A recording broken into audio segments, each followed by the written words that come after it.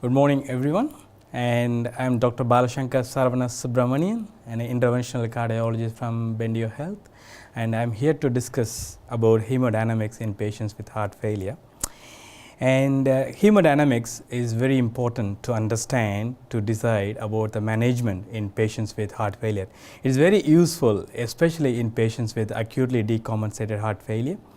Hemodynamics play a vital role in deciding the prognosis in patients with heart failure. So there are various ways we can assess hemodynamics in heart failure. Simple history as well as physical examinations will tell you which way the patient goes.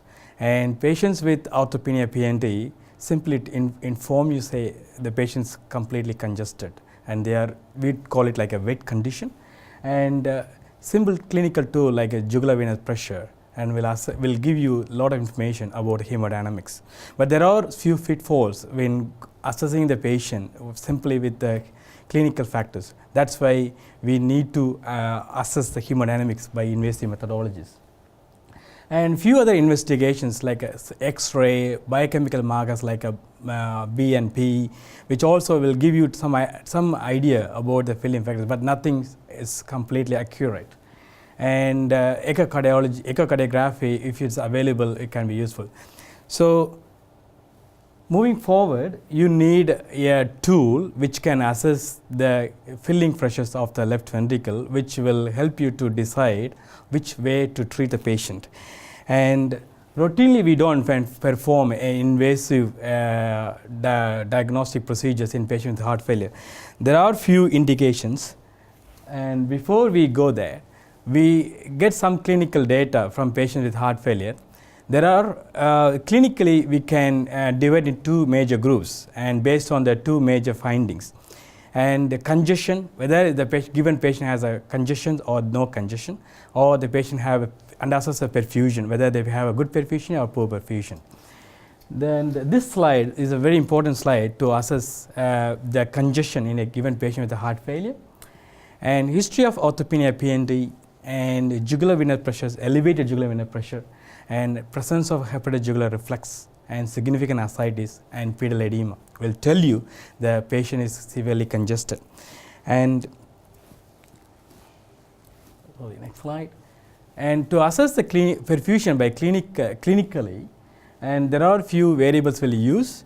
One variable is a proportionate pressure. This is we calculate from systolic and diastolic pressure, and also the presence of pulses alternans. That is the presence of weak and strong pulses alternatively, and very cool extremities and altered mental status in the absence of any other significant intrinsic mental problems. So based on these two clinical categories, perfusion as well as the congestion, we divide into 4 clinical categories in a patient with heart failure. So this is a very simple model. It needs only 2 minutes to assess a given patient, and it is devised by Lin and Stevenson, and very useful in patients with acute heart failure. And this is the 4 quadrants. So you can fit your patients one of those quadrants. And the top left is dry and warm. That means the patient is completely dry. There's no evidence of congestion. And warm, that means the perfusion is completely good. So this comes into a very, very good category, and they have very good prognosis. The mortality of this patient, this belongs to this group, is only 10% in 6 months in patient with acute heart failure. And the top right is wet and warm. That means the perfusion is normal, but they are congested, like osteopenia and pulmonary evidence of pulmonary congestion. So that this category also has a moderate prognosis, 20% in risk in mortality in 6 months in patient with acute decompensated failure. So and the bottom left is dry and cold, where the perfusion is being compromised. That means the extremities are cold and altered mental status, but clinically they are dry. That means there is no evidence of any congestion. So this category also has a good prognosis, 10 to 20% mortality in patients with acute heart failure. And the bottom right is wet and cold, and that means patients have poor perfusion and high congestion. So this category has high risk. The mortality is 40%. So based on simple clinical parameters, you can assess the patient, and which also correlate with the clinical parameters. Like for example, in the top left, where the perfusion and congestion is normal, we are assuming that the pulmonary capillary wedge pressure, which is one of the important tool to assess the congestion, which reflects the left ventricular filling pressure, which we assume is normal. So by simple clinical assessment, you can assess the in hemodynamics easily, and also which way you can direct the patients towards kind of a treatment modalities. For example, in patient with wet and warm, the perfusion is normal, so it's completely congested. So these patients will be highly benefited with only diuretics. And on the other side, wet and cold, where patients are congested as well as have poor perfusion, they need more inotropes as well as diuretics. So this is the Lynn-Stevenson model which we discussed earlier, and this is one of the important module which has to be employed in all patients who has come to you with acute decompensatory heart failure. So basically he divides into 4 quadrants, which I explained to you. He labeled like A, B and C and L, and in the category B and C they have a bad prognosis compared to the category in the left hand side, and the C has worse prognosis. And so based on these categories, we can devise our management, whether the given patient needs inotropes or given patient needs diuretics. Right. So but there are few limitations in the clinical assessment. That's why we need invasive methods. And any disease from the right ventricle up to the left atrium will affect the assessment of jugular venous pressure. Jugular venous pressure is an indirect measure of right atrial pressure, which in normal circumstances will reflect left atrial pressure, which in turn reflects the left ventricular filling pressure. So if you know the jugular venous pressure is normal, that means the left ventricular filling pressure is normal. That's what we normally assume. But if you have an intrinsic disease of the lung, like a chronic capillary airway disease or a pulmonary malignancy, and this assessment may be inaccurate. So that's why we need a tool to assess left ventricular filling pressures invasively. So these are some of the conditions which I mentioned here. And the last one, in normal circumstances, even in normal circumstances, in 20% of the cases where the assessment of jugular venous pressure can go wrong, will not truly reflect the internal ventricular filling pressure. Right. So that's why we need cardiac catheterization in patients with heart failure.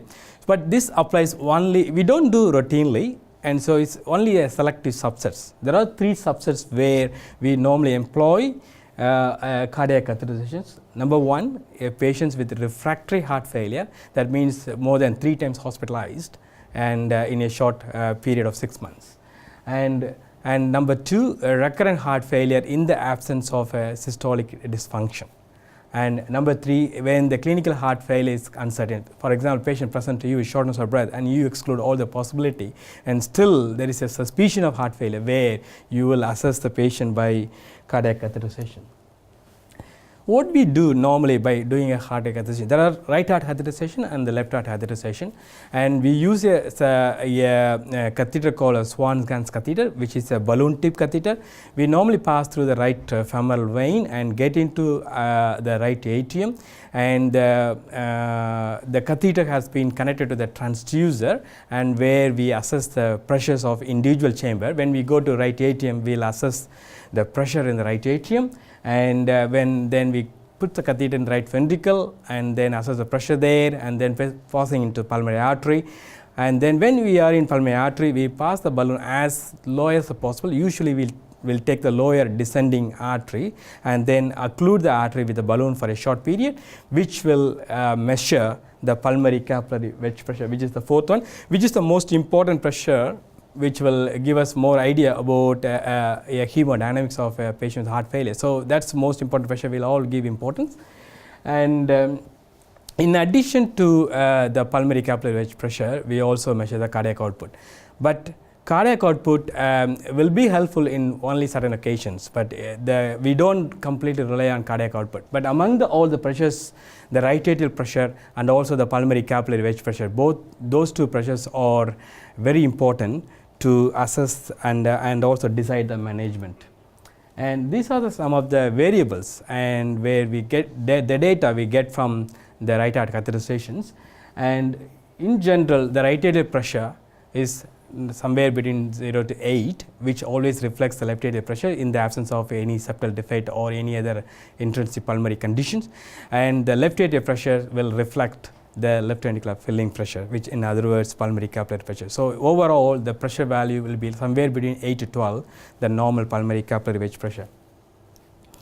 And the cardiac index we normally calculate, but it was not highly useful and in all given patients. So this is the pulmonary capillary pressure. The bottom one has the capillary pressure wave, which we normally get from the cath lab, and there are two waves are there. I labeled there, one on A, another on B. For all practical purposes, we'll take the A wave, and which will give us the mean pulmonary capillary wedge pressure, which should be somewhere between 8 to 12. And anything more than 12, that means pulmonary capillary pressure is elevated. That will reflect that increase in the left ventricular filling pressure. That means the given patient is congested, he will benefit from diuretics. And the cardiac output, there are two common techniques we normally employ, and among that the thermodilution technique is the highly used in throat, and both the techniques have its own plus and minuses. But the same catheter we use, the Swan-Ganz catheter, the balloon tip catheter, where we inject 10 ml of saline and through the proximal port, and then it has a distal port which has a thermistor which senses the saline temperature change, which will be reflected in the form of cardiac output. So again, it is not highly useful in all given subsets. So, and based on those variables we get, we can also calculate systemic vascular resistance, pulmonary vascular resistance, and also the cardiac index, but they are not highly useful in a normal day-to-day patients' assessments. And coming to the left heart catheterization, where we use a pictorial, a type of catheter which has which will push in through the, will get into the right femoral artery and get into the aorta, and through which passing across the aortic valve and put into the left ventricle and measure the left ventricular diastolic pressure, where you can see the arrow points, the end diastolic pressure. There is a notch there at the ascending limb of the left ventricular pressure, and that gives a good prognosis in patients with the LV dysfunction and or a diastolic dysfunction. And you can see the elevated end diastolic pressure, which is an important tool to decide whether the given patient needs a diuretics or not. And also it decides a prognosis. This is one of the important independent factor which decides a prognosis in a patient with heart failure. So anything more than 12 carries high risk, and more than 16 has a good bad prognosis. And also when on the way we come out from the left ventricle, we'll pull out the catheter from left ventricle to aorta, and we can assess the gradient across the aortic valve, which also will be helpful. For some people who comes to you with heart failure, sometimes you may not, the murmur, aortic systolic murmur could be masked. So you will, people try to miss the diagnosis of aortic stenosis. So in a given patient where heart failure is uncertain, and the aortic wall assessment will also help. So the invasive methods will also help you to give you some etiology towards the heart failure. So these are the indications. So in general, the cardiac catheterization, right and left heart catheterization, indicated only in selective subgroups where you don't have the confirmed diagnosis of heart failure, or you have a patient who has been refractorily admitted into the hospital with the features of heart failure, or you have a recurrent symptoms of heart failure in a patient with a preserved LV function. And moving on to coronary angiogram, and coronary angiogram is indicated in patients with heart failure only in two subsets, where you have patients with definite history of angina and existing heart failure, or you had documented evidence of ischemia in the LV in the left ventricle, and either by a simple echo or any kind of stress test. And patients who have a systolic dysfunction and who's been worsening of late in spite of optimal treatment should be directed for coronary angiogram. And also when do echo, where we find there is a regional wall motion abnormality suggestive of ischemia in a few segments, which also warrants patients need to be having an angiogram to assess the flow limiting coronary disease. And patients who have a history of angina, and patient who goes for a cardiac transplant, and patient following post-MI where you have one of those mechanical complications like ventricular septal rupture or mitral regurgitations or severe LV ventricular aneurysms, all those indications where you definitely do an angiogram for a patient with heart failure. So as I mentioned, this is one of the important slide which will help you to assess the prognosis in a patient with heart failure. Like pulmonary capillary wedge pressure, which is one of the derivative we'll get from right heart catheterization, will tell you the prognosis for the next 1 year since being hospitalized with a heart failure. And the people who have a wedge pressure of more than 16, the mortality goes up to 40 to 60%. So obviously it's one of the important tool we can get it and then assess the prognosis, and those given patients will be given more prioritization in terms of treatment management. So and you can decide which way to go, like support in terms of diuretics and inotropic supports, and also the medical management and further invasive treatment in a patient in selective high groups. And on the other side, the cardiac index it will not reflect the prognosis, so it is not an important tool. So among the right heart catheterization, the pulmonary capillary wedge pressure is one of the important tool which we should go for it if the patient comes to you with a recurrent heart failure.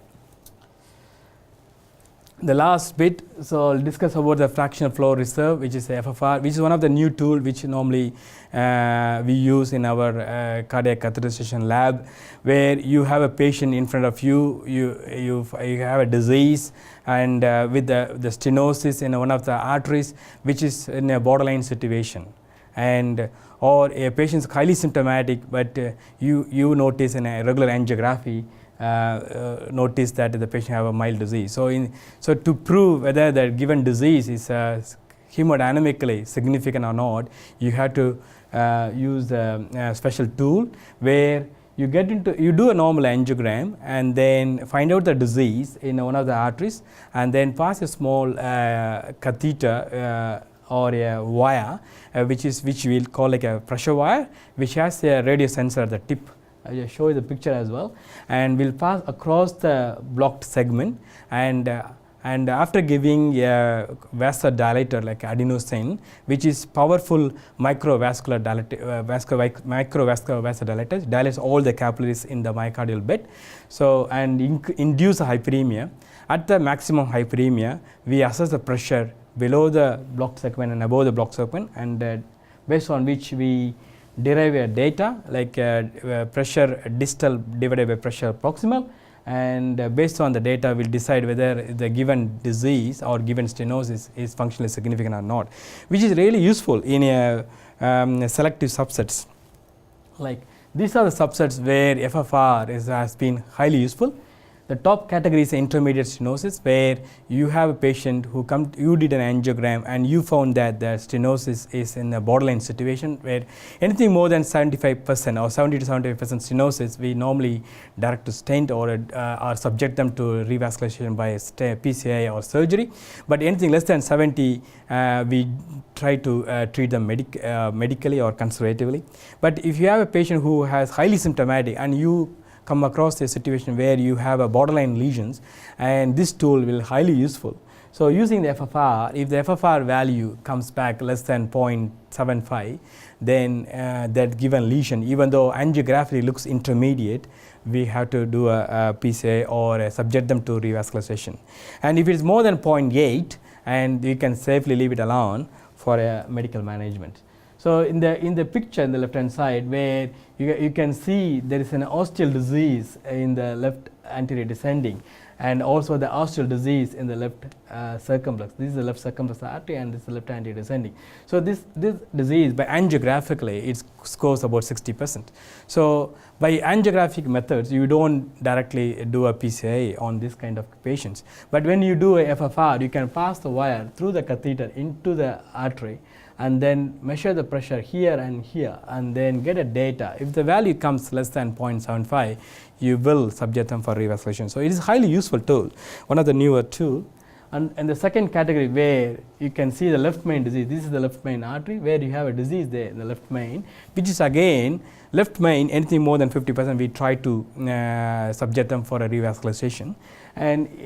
But before we send them for any revascularization in a selective group like a left main stenosis, and we have to document an inducible ischemia either by a previous stress echo or a functional evidence by a FFR. So FFR it has to be done in a selective subgroup, a patient with left main stenosis, in those where you don't have evidence of inducible ischemia in stress echo. So again, we will pass the pressure wire here and then measure the pressure here and get a data, and if the data shows less than 0.75, we will subject for either a bypass surgery or a PCI. So, but again, assessment of a left main stenosis is tricky in sometimes because it may not be accurate, and in those subsets we normally use IVUS. And tandem lesions, where this is a selective group where you have two lesions, so lesion 1 here and then lesion 2 here. So angiographically, and this lesion appears more significant, and this in one selective area is significant, but here is in borderline situation. Whether you have a dilemma here, whether to treat both or treat one. So in that subset, obviously FFR will be useful. So you pass the wire there and then find this is significant or find this significant and fix this part and do the FFR again. And if it is found to be normal, leave that alone. If it is significant, you can fix it up as well. So in this group as well, FFR will be useful. And again, the lesion with a branching point. Again, FFR is highly useful to fix which branch to assess which branch to be fixed, and so that minimize the number of stents you deploy.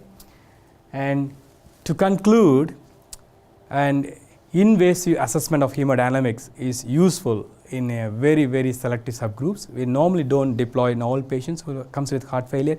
Clinical assessment is always useful, and I always recommend you to go through the 2 minutes clinical protocol where you can assess the patients in 4 categories and put your patient in one of those categories, and which always help you to decide about the management, to choose whether to choose diuretics or choose ionotropes based on the category where they belong to. And in patients where they are having recurrent symptoms or not responding to the optimal management, you normally advise them to have invasive procedures to assess the hemodynamics, especially the left ventricular filling pressure, which in other words pulmonary capillary wedge pressure. And coronary angiogram only indicated if there is a proven evidence of ischemia as an etiology for the heart failure, and the fractional flow reserve or FFR is indicated in a very selective subgroups where you don't have a definite evidence of a significant stenosis, and where you want to prove the functional significance of coronary artery stenosis. Thank you.